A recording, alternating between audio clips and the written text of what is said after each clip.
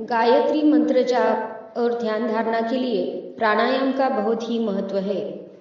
गायत्री मंत्र की सिद्धि के लिए हमारे मन की शुद्धता और पवित्रता बहुत ही महत्वपूर्ण है। श्रद्धा और भक्ति के साथ और शुद्ध मन के साथ किया गया जप निश्चित ही सिद्धि प्राप्त योगी होता है। प्राणायाम हमारे शरीर में प्राण का महत्व बहुत ही ज़्यादा है। हमारे शरीर में जितनी भी चेष्टाएं होती है सभी का प्राण से प्रत्यक्ष या परोक्ष संबंध है।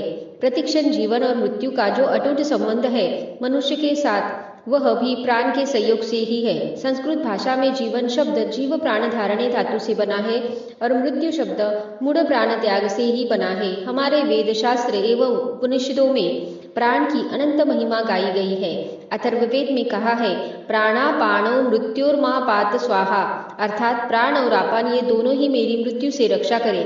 मनु महाराज ने प्राणायाम के विषय में कहा है दह्यन्ते ध्यायमानानां धातूनां ही यथा मलाः तथेन्द्रियाणां दह्यन्ते दोषाः प्राणस्य निग्रहात्। जैसे अग्नि आदि में तपाने से सुवर्ण आदि धातुओं के मल विकार नष्ट हो जाते हैं, वैसे ही प्राणायाम से इंद्रियों एवं मन के दोष दूर हो जाते हैं।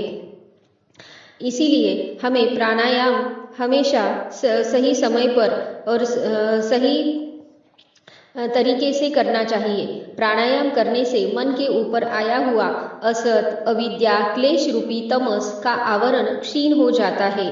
परिशुद्ध हुए मन में धारणा यानी कि एकाग्रता स्वतः होने लगती है तथा धारणा से योग की उन्नत स्थिति या ध्यान एवं समाधि की ओर आगे बढ़ा जाता है। योगासनों में हम स्थूल शरीर की विकृतियों को दूर करते हैं। सूक्ष्म शरीर पर योगासनों की अपेक्षा प्राणायाम का विशेष प्रभाव होता है। सूक्ष्म शरीर ही नहीं, प्राणायाम से स्थूल शरीर पर भी विशेष प्रभाव प्रत्यक्ष या अप्रत्यक्ष रूप से पड़ता ही है।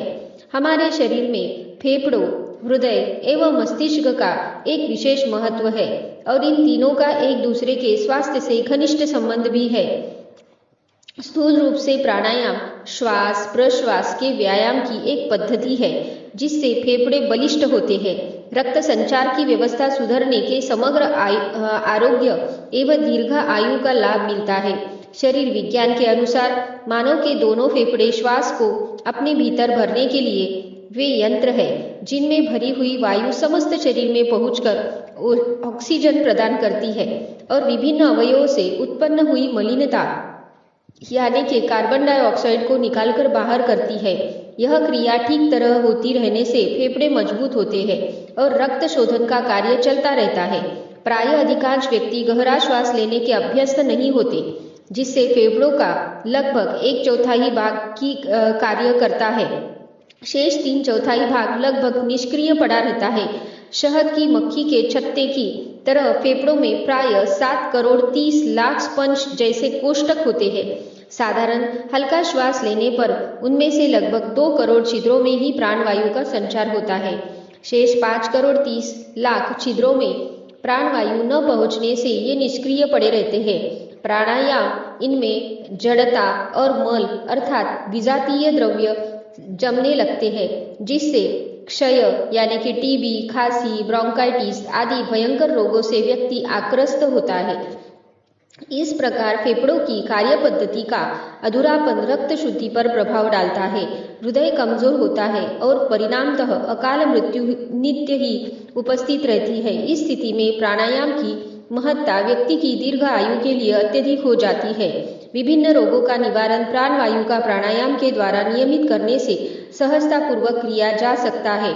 इस विज्ञान अर्थात प्राणवायु के विज्ञान की जानकारी से मानव स्वयं तथा दूसरों के स्वास्थ्य को सुव्यवस्थित करके सुखी एवं आनंदपूर्ण जीवन का पूर्ण लाभ लेता हुआ अपनी आयु को बढ़ा सकता है। यही कारण है कि सनातन धर्म शुभ कार्य में तथा संध्योपासना के नित्य कर्म में प्राणायाम को एक आवश्यक धर्म कृत्य के रूप में सम्मिलित करता है।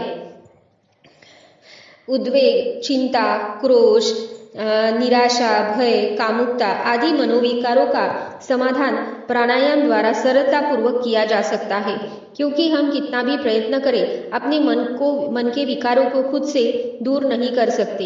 इतना ही नहीं, मस्तिष्क की क्षमता बढ़ाकर स्मरण शक्ति, कुशाग्रता, सूझबूझ, दूरदर्शिता, सूक्ष्म निरीक्षण, धारणा, प्रज्ञा, मेधा आदि मानसिक विशेषताओं का अभिवर्धन करके प्राणायाम द्वारा दीर्घजीवी बनकर जीवन का वास्तविक आनंद प्राप्त किया जा सकता है। यानी कि प्राणायाम से हम अपने मन को शुद्ध कर सकते हैं। प्राणायाम करने से दीर्घ श्वसन का अभ्यास भी स्वतः होने लगता है।